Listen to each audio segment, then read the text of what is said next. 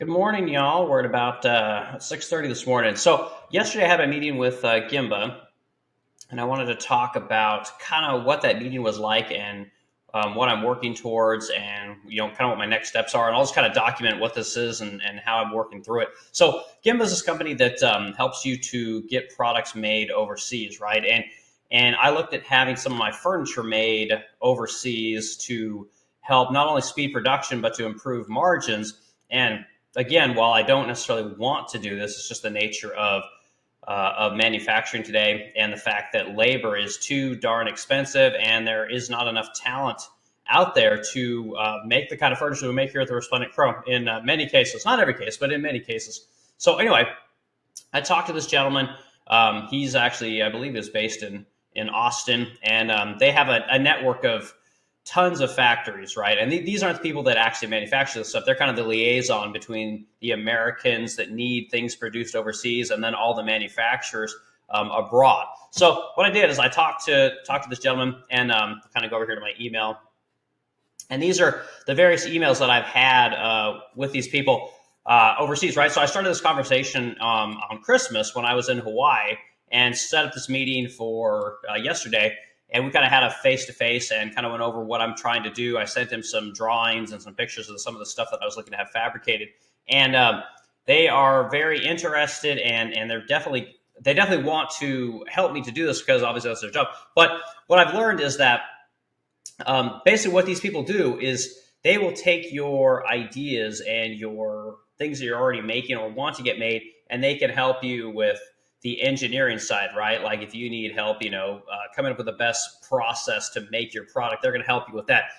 They're going to put you in touch with whatever country they think is going to be best suited to make your product, right? So the countries that were of interest to me were India and Mexico. Because we all speak the language, and we have there's not much of a communication barrier there, which I like. They also offered me Vietnam, which is something that doesn't interest me nearly as much. But I have a buddy who does use Vietnam, and he's been pretty happy with it so far. I talked to him about that. The way that their cost structure works is they're basically being paid to be the liaison, right? To develop the product. They're not being paid to manufacture the product, right? So the manufacturing situation is completely different, right?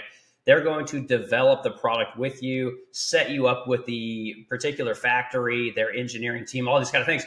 And then you're going to have the relationship with the factory, right? So you're not going to deal with this Gimba company every single time. You can use them for all your products as kind of like a piecemeal type situation if you would like, but you can also choose to work with the factory once you've kind of used this Gimba company to help develop the relationship. So I thought that was very interesting, and I didn't think that it would work that way, but that's kind of cool. So they were very helpful in that particular way. Now, one of the things that is a major constraint for a company like mine is the units per order. Okay, now this is the thing. Just the scale of these manufacturing companies is almost hard to comprehend, because they kind of start at like 200 units, okay? And what I'm talking about is like with my dressers, they're wanting me to order 200 units. I can get down to potentially 100. They're working with some other vendors to see what is possible, and I'm still waiting to hear back from them on a lot of this stuff.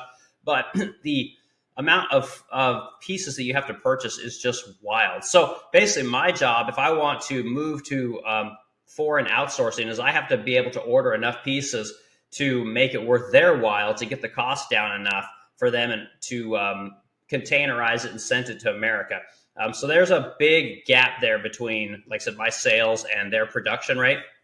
And that's one of the things that's kind of interesting about this is you see a lot of these companies out there, Williams Sonoma, which has a bunch of sister companies.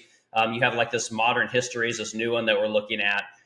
These people are ordered just shit tons of furniture. I mean, tons of it. I look at Wildwood, Chelsea House, all these companies. All their stuff's made overseas, and this is where they're getting it made. These factories require you to order just hundreds and thousands of units, and from a small business manufacturing standpoint, that is insane.